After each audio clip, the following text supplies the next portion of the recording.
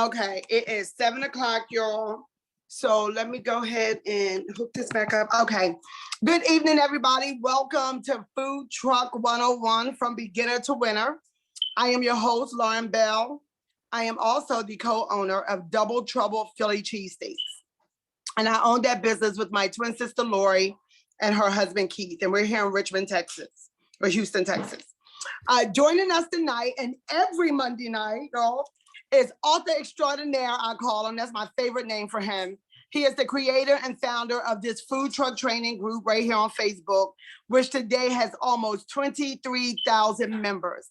And y'all, is growing every day. Bill has written not only Food Truck 101 from Beginner to Winner, but he's also written other great books such as Putting the Cart Before the Dog or Taking It to the Streets.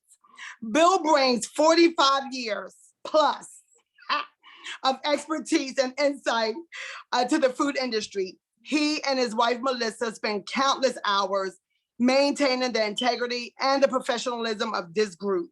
He has managed large restaurant chains, hot dog carts, food trucks, and you name it. Bill is dedicated definitely to the growth and success of our business.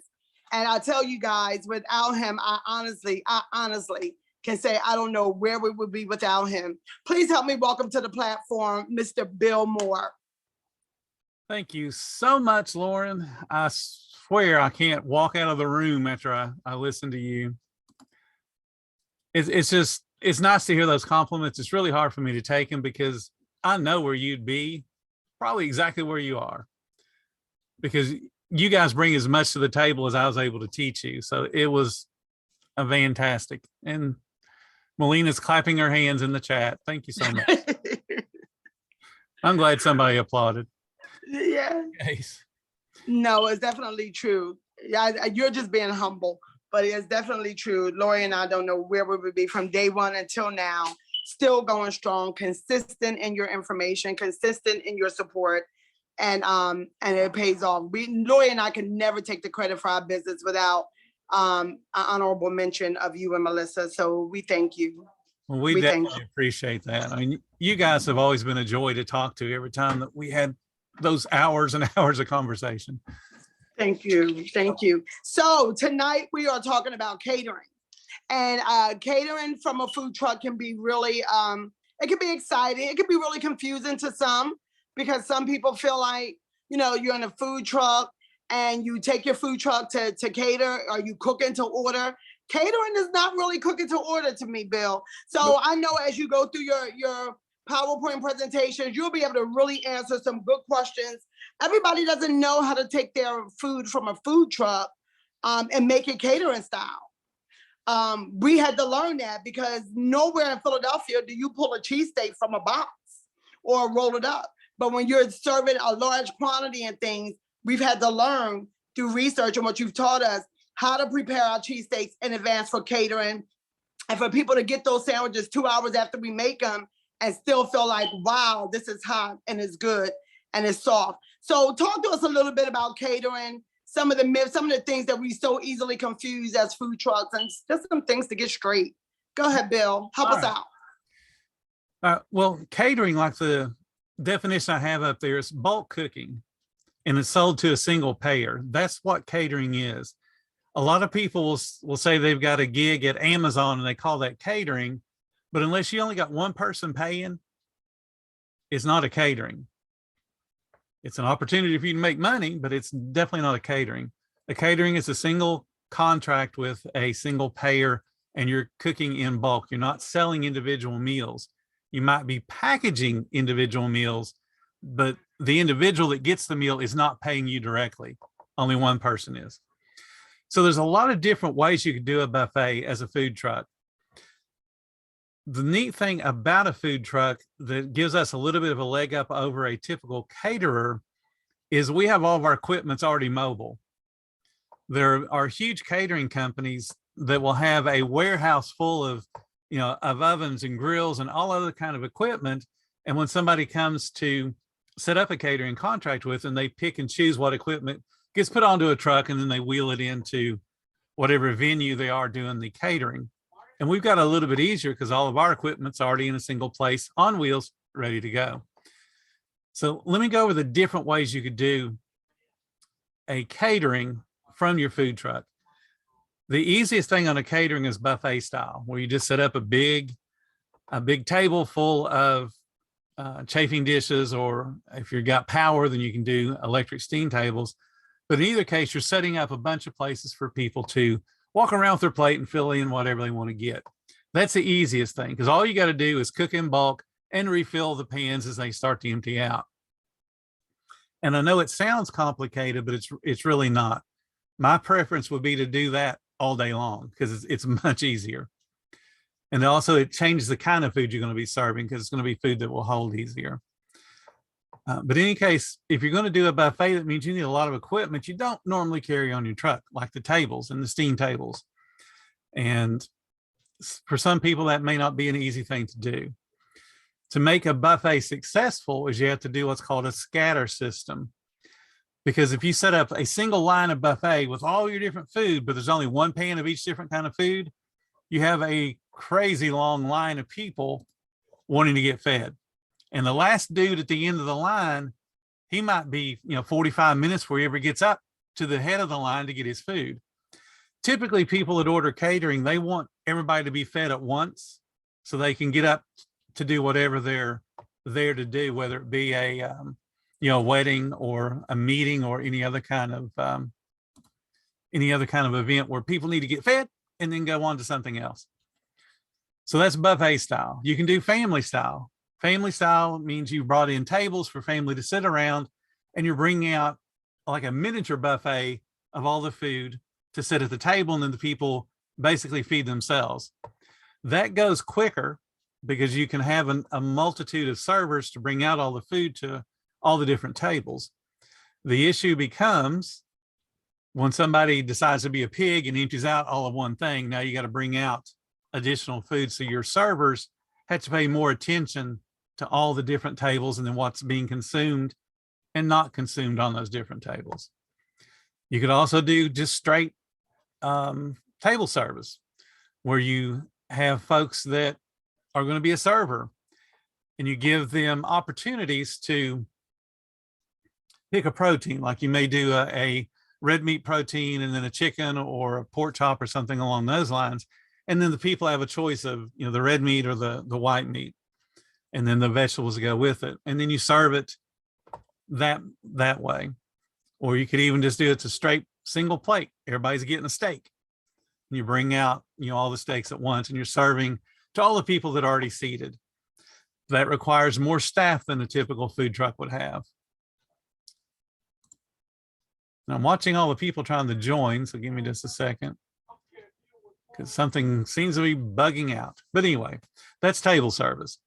Then, of course, you could do the old tried and true, form a line at your food truck. But again, you got the issue of people at a catering want to get fed within a few minutes of each other so they can all get done eating the food, again, within a few minutes of each other. So in any of these different choices, you need to ask the client, what is it you would like to see? How much time do I actually have to serve all these people? When do you want all these people to be done eating? And then you, being the expert on food service, should be able to say, okay, I would recommend that we do this family style or buffet style, or, hey, we can do it at my food truck because we're just that fast. But whatever method you choose, you need to make sure you can handle whatever the group size is, because you want to get more and more caterings. Because I can guarantee you that when you do a catering of any size, if you impress the guest, you're going to get another catering from that pool of guests. So you're always advertising yourself with your service when you go to a catering, whether it be 20 people, 100 people, 1,000 people. And then the key that I've got there is food safety is still a must. There are a number of quote unquote experts that will tell you, yeah, you don't have to worry about a catering. Health department, they'll never come do an inspection on a catering. And that's most likely true. But guess what happens if you make somebody sick? The health department will be knocking at your door. I would like to see all of your records for that catering that you did. Somebody has claimed they've gotten sick over some food that you've served. If you go back through just your local news, no matter what city you're in, within the last couple of years, probably within the last 5, you're going to find an article about some caterer that made somebody sick. and it's going to be on something like a seafood salad or potato salad, macaroni salad, something they didn't handle properly. So food safety is still the number one, because you want to be able to reopen tomorrow when you're not doing a catering. All right.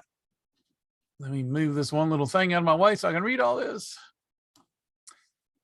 I wanted to give some examples of food portions, because that seems to be an issue that a lot of folks have. You'll see it in our group all the time. Well, how much should I bring? How much should I serve? Here's what you need to think about. In drinks, if you're going to be doing coffee, plan on 1 to 2 cups an hour. So if you're going to be serving for 4 hours, I would go 2 cups per however many people are going to be at the catering. Carbonated drinks, 24 to 48 ounces per guest, and I would go on the high side of that. Non-carbonated drinks, 32 ounces to 48 ounces, and do not bring straws. So if you're doing iced teas or waters, don't bring straws, because a non-carbonated drink, you can siphon down that whole cup almost in one drink. This is one of the things I learned from working at Shoney's all those years ago. They would not bring out a straw if you ordered iced teas or waters. If you asked for a straw, they would give it to you. But you can see the difference. When someone orders with a straw, they drink it down really quickly without realizing it. So that's just a little trick to help you not have to be running around with a pitcher to refill everything. If you're going to do breakfast pastries, 2 per person, fruit cups, 4 to 8 ounces per person. And you can consider eggs and sides. And those are listed further down in the list here. If you're going to do a finger food, it's dependent upon how big those finger foods are. Like if you're doing popcorn shrimp, you may want to portion about 15 pieces per person, or popcorn chicken. But if you're doing chicken tenders or chicken strips, you're going to be probably around 4. So think about, what would you consume? Proteins like a pulled pork or a sliced meat, 4 to 6 ounces, and you want to slice it thinly, because when you slice it thinly, especially someone that's doing a buffet, they're picking up a bunch of real thin slices. There's going to be air in between those slices. So when they pile it on their plate, it looks like there's a whole bunch of food there. And nobody wants to look like a pig, so they won't take as much as they normally would. So 4 to 6 ounces, again, thinly sliced. If you're doing a protein that's traditionally eaten by the piece, like steak or boneless chicken breast or pork chops even, 4 to 6 ounces. Fried chicken or a similar dish, turkey or duck, for instance, 2 pieces. So a leg and a thigh, or a breast and a wing per person. So either the leg and thigh for one person, or breast and a wing for one person. Fish, 2.5 to 3 ounces per piece. And then you're thinking about 2 pieces per guest. So it gets you around that 6 ounce mark, like the other proteins. If you're doing skewers or kebabs, 2 per person. Burritos, and you want to think in Taco Bell portioning, because that is an issue that some folks have, is how big of a taco? Well, let's think in what people readily know about compared to fast food. Not a problem with that. So the client says, hey, I want you to do tacos. And you say, well, the same size as Taco Bell sells be fine. And they say, yep, because they know what that size is. So burritos, 1 to 1.5 per person. Tacos, 2 to 4 per person. If you're going to do sushi, 8 to 10 pieces of the normal cut size sushi. Side dishes, 4 ounces per person. It doesn't matter what the side dish is. Oops. And then desserts, 1 slice or 1 piece per person for the sweets. What I would suggest, once you sit down and look at these foods and these amounts, and a client comes up to you and says, hey, I need you to do 75 people. And this is what I want. When you figure out the exact portions to this, add 10%. The reason you want to add 10% is for the people that'll end up being a little bit on the piggish side and getting more than they should. It'll also account for the people that drop their plate and have to completely rebuild their plate. And it'll account again for people that come up for seconds. Having a little bit more, because you're going to charge the client for it anyway, isn't going to hurt anything. And also remember, the client is buying all the food. So possession of the food actually is on them. You're going to tell them, I'm going to be bringing, this amount of food to feed this number of people. What do you want me to do with the leftovers? Because they bought it. They are paying 100% for all the food you are going to buy. So don't be afraid to ask them, would you like me to package this up for you? Or do you want me to take it back with me? Get custody of who gets the leftover food. And for my money, I'd rather them take it because I don't even want to mess with it. All right, here are some tips. These are the pro tips that Lauren likes so well. Keep your menu within your own experience level. If you can't cook a particular product that somebody has their heart set on it and you can't find someone to help you cook it, just tell them, I cannot do this, but I hope you find somebody that will. And if you have to give that opportunity to another caterer, that's fine. Stay within your ability because you want to impress people. It's not always about the money. It's about impressing people so they'll spend more money in the future. Limit your first events to your own equipment, your own cooking, and your own holding capacity. I had to move my little thing there. The reason I want you to do that is so you get comfortable doing caterings. And then once you get comfortable doing a couple of, small to mid-sized caterings, then you can be adventurous and add on food you don't normally cook, add on equipment you don't normally carry. Do a sit-down catering, do a buffet catering. But the first ones that you do, keep it within your abilities. And again, it's okay to say no. If somebody says, hey, I'd love you to serve 500 people, don't just sit there with dollar signs in your eyes going, how can I do this? Most likely you won't be able to do it. 500 is a whole bunch of people. And if they want them all fed within the same time frame, the logistics on that is really beyond most food trucks' capabilities. And I'm just being honest with you. This is a little bit of experience talking. Use the catering spreadsheet for your estimates. I have one that I put in the group that gets you to think about every possible expenditure you're going to have. And then it also allows you to put in all those things that people talk about, like drive time and, pay for setup and all that stuff. The only negotiable point that you have when you put in all of those costs is your profit. So when somebody comes back and says, hey, this estimate's too much, can you knock off $200? That money is coming directly out of your profit because you can't cook less food. They need the food. You can't have less serving capacity or servers there to help you because you need them. So when they ask you to knock something off, that's coming out of your profit. And if you're okay with that, that's fine, accept it. But understand where that's coming from. You can't make it less expensive on the food side because the food is going to cost what the food costs. Have backup labor resources for larger events. If you get a reputation for being able to handle a 500-person event, guess what? There's a whole bunch of places that can't. So you'll start getting more and more of that size. So have that backup labor resource, folks that only work for you when you do the big events. Use some type of written calendar or even electronic calendar to avoid double bookings. One of the most embarrassing things that will happen to new people and even some old people is the husband will book a catering the same day the wife books the catering, and they don't talk to each other for 2 weeks, and then look at the calendar and go, uh-oh, what are we going to do? So you have one calendar. You could have multiple people access that one calendar, but it would say there's already an event booked. We cannot do an event on that particular day. Only have one point of contact for scheduling catering gigs. That's why if the husband's doing it and the wife's doing it, you're going to end up having issues.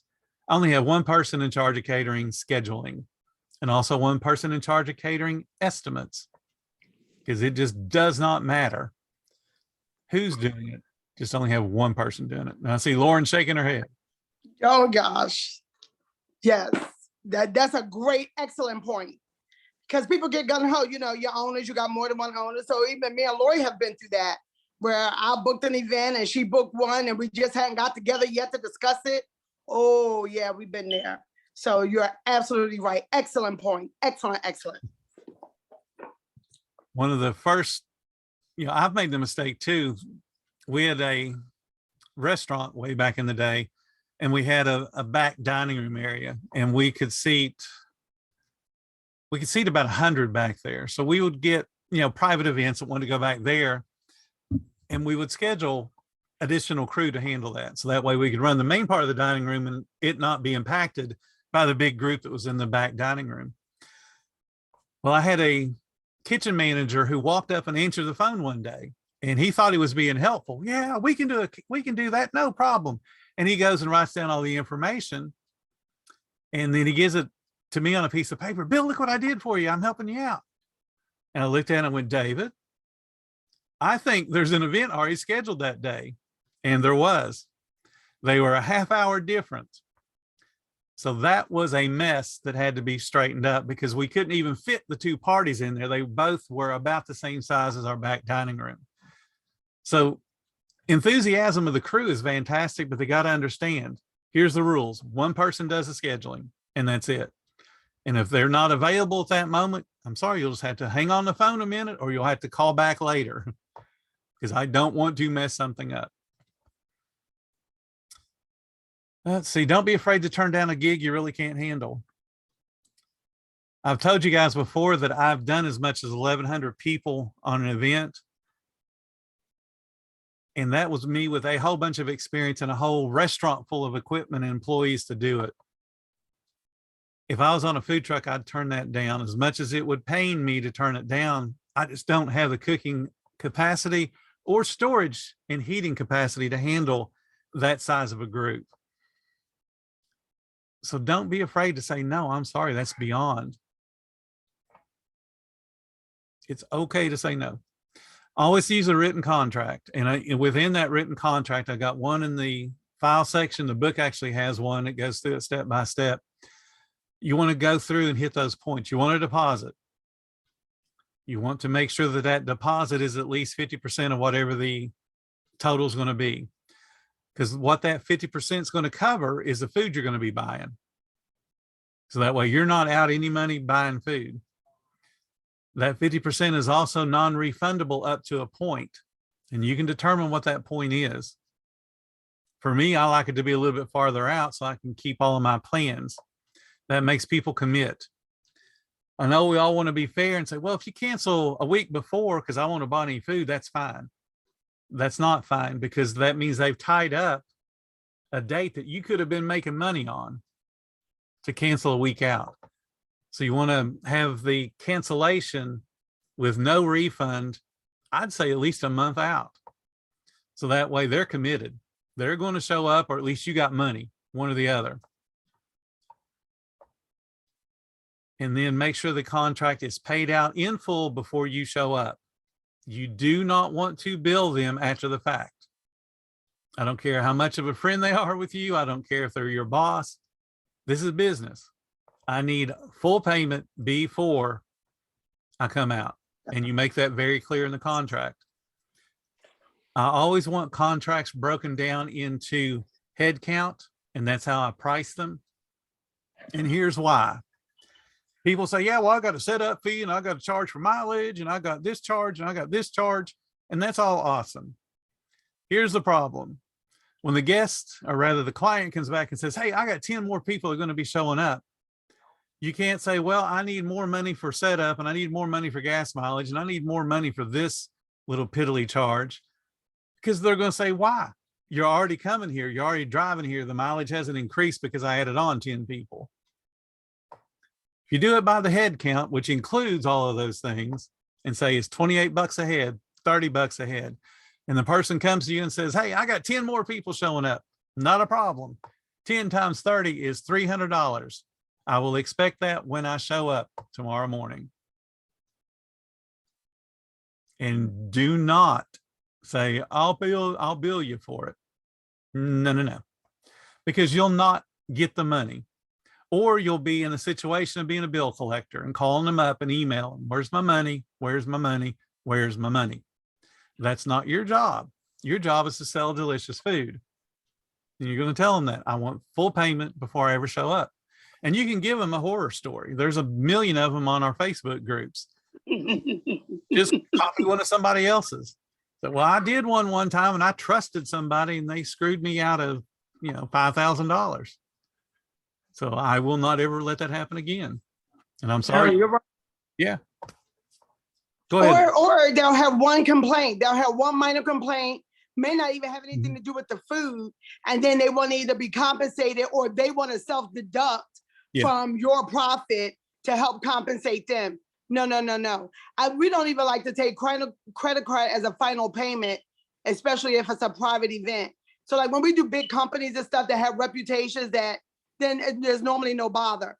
But for final payment for graduation parties, weddings, final payment needs to be, if you're going to pay us the day of, it needs to be in cash. Yep. And it needs to be paid up front. And so you hate to have to do that. Some people don't like to do that because they're so grateful to get the job, but then you get screwed on the backside and there's no fun. There's no fun having to chase down your money or fight with people for your money after you didn't put your money out in inventory or help. So no. So that's a good point. Also, Bill, while you're there, special catering menus, like we have a catering menu, which means everything on our regular menu is not available when we do a catering job. And that's for more than one reason. One, because the efficiency, so we could be efficient with what we're given. But if I'm coming to your location and I know that you're prepaying for 150 people, fries is not even an option that day because I can't keep fries going. Somebody's waiting, and now you got this backup. So all of our sandwiches come with chips, plain barbecue, and if you would like another special variety, I'll have it on hand. But this is how it comes. I'm not doing 150 French fry orders for your people to have our fries. It doesn't make sense. And so you got to be able to know what's going to hold, what you can keep hot, what you can keep cold, what you can keep in good quality, serve it to the masses, and limit yourself. And God forbid, I've had people that had catering jobs, and at the last minute, their help doesn't show up. It wasn't dependable help in the first place, but you thought you would, pre-book them and get you some help. Now you done told these people that you'll be there. You done told them that you're going to serve their 200 people. You get up in the morning, don't have staff, and these people done paid you. And what do? And so there's so many factors into that. And when you bite off more than you could chew, you definitely can't let money be the motivator. You got to be able to make sure that you can safely manage. But if your crew don't show up, what do? Can you handle this? Can you prepare? What do you need to do?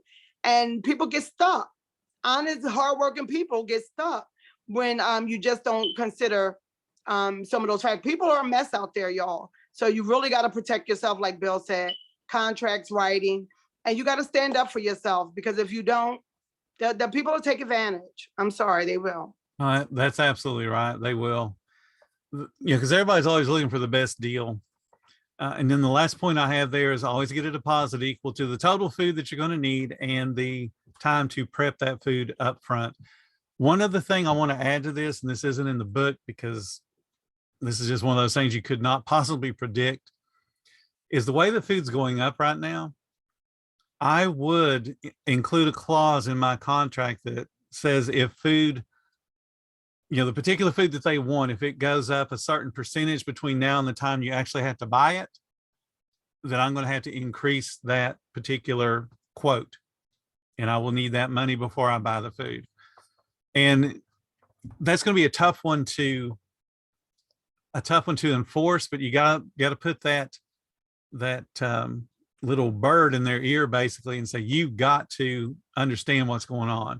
Because there ain't nobody out there going to say, I don't know about food going up. Yeah, you do. Right. You definitely know. And you shouldn't have to beg people to do that, Bill. Either stand up for it and enforce it or take the loss. Yeah, exactly. It's one of the two. If you want to take the loss, God bless you, take the loss. But if, other than that, you got to let these people know what's going on out here. Well, in my world, a catering would be scheduled several weeks in advance, maybe even months in advance.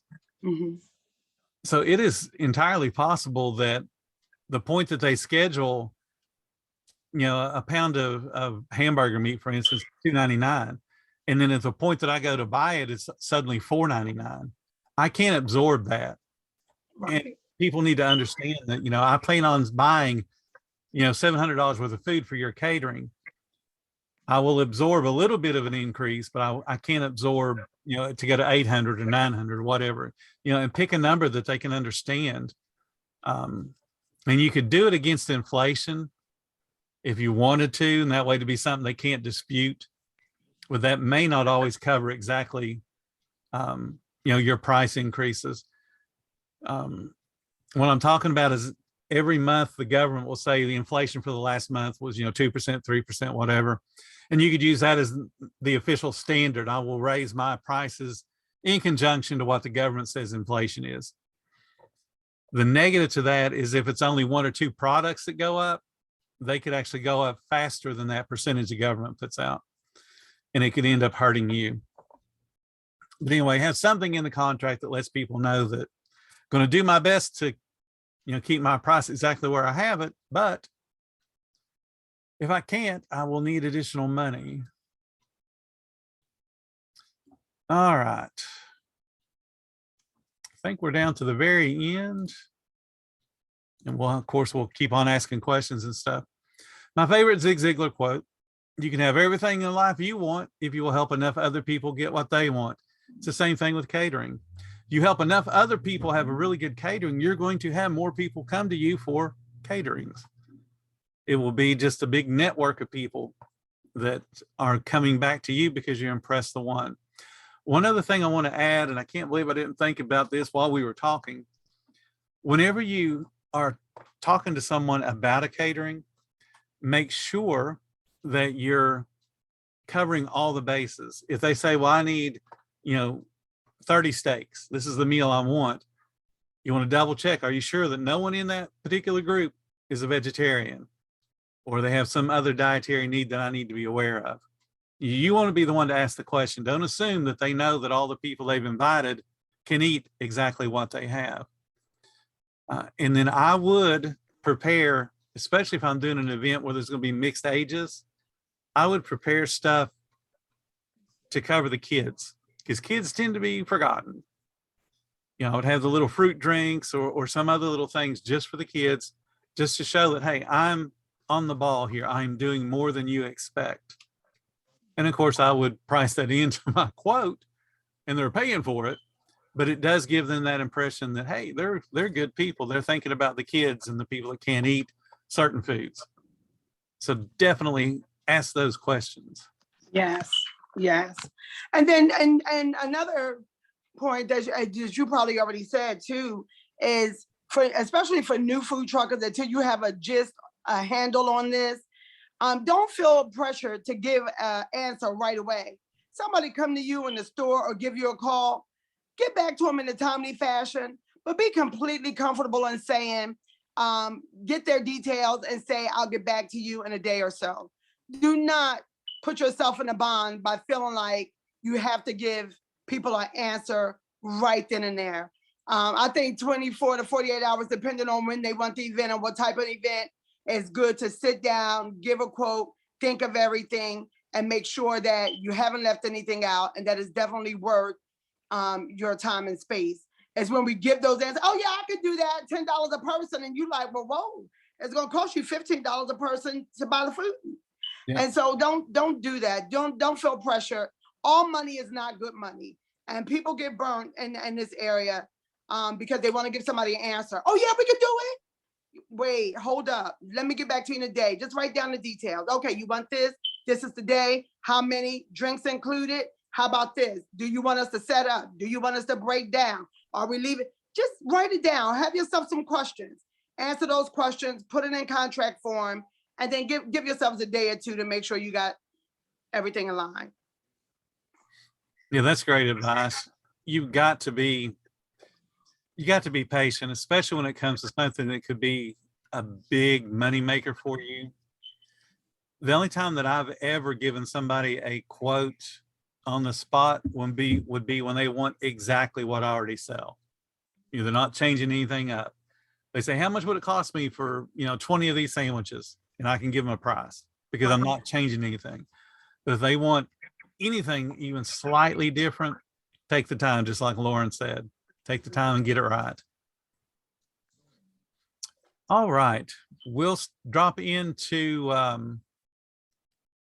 we'll drop into questions and answers here in just a second. Our next week, we're going to talk about the next bonus section, bonus number 2, which is entitled I'm Broke. This is to help people that are looking to get into the food business, but don't have a lot of income at this point, or don't have a lot of disposable income to buy a trailer or a truck outright. So we'll talk about ways to make that money and get yourself into the business without putting yourself, too far in debt. And of course, please, if you bought the book, leave a review on Amazon. It makes my day when I see people review it, or at least give it a star rating, because that's just, to me, just the neatest thing.